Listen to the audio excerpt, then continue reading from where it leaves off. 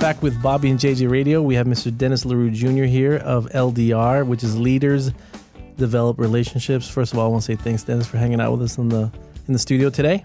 Oh, Bobby, JJ, it's a pleasure to be here. Thank you so much for having me. Absolutely, sir. So what is LDR?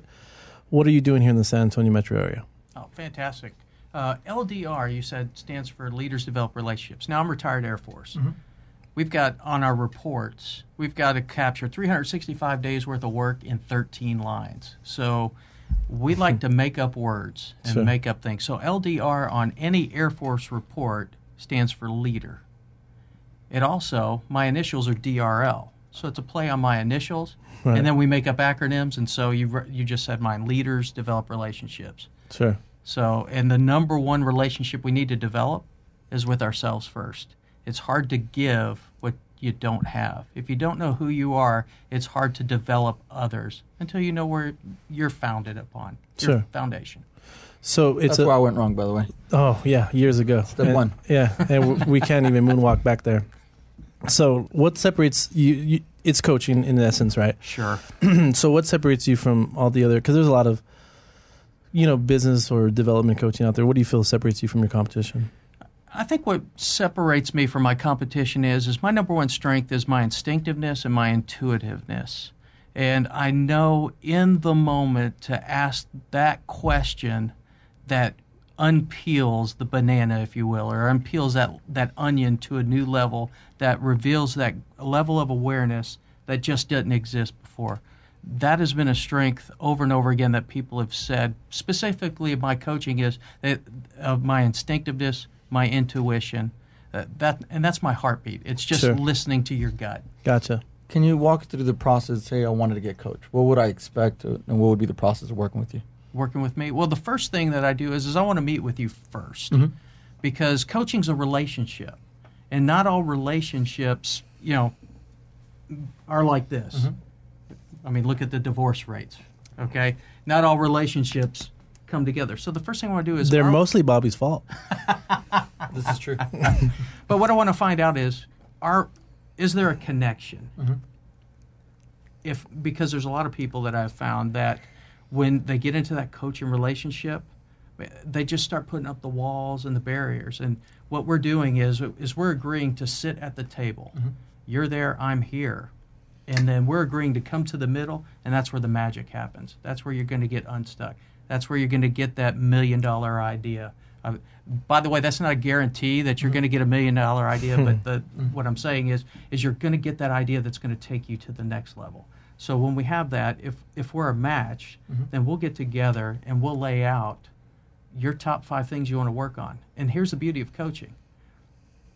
If I were a mentor, then I've already been there, done that, got the T-shirt, and I'm just going to take you down the same path I followed.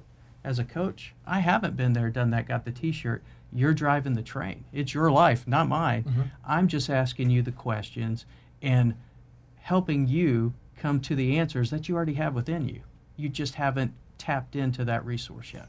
So, Dennis, obviously you're really passionate about this, which I like a lot. Yes. How'd you get into the coaching? That's a great question. I'm retired Air Force, and what I found out is... Thank you for your service, by the way. The coaching wasn't a word that we used in the Air Force. For sure. I think it's become more of a buzzword over the past few years. But that's what I was doing in my Air Force career. Yes, I was mentoring. Yes, I was supervising, but I was also coaching. And so it was a natural transition for me out from the Air Force into it. But I really got into coaching thanks to my mother-in-law. Whoa. There you go, my mother-in-law.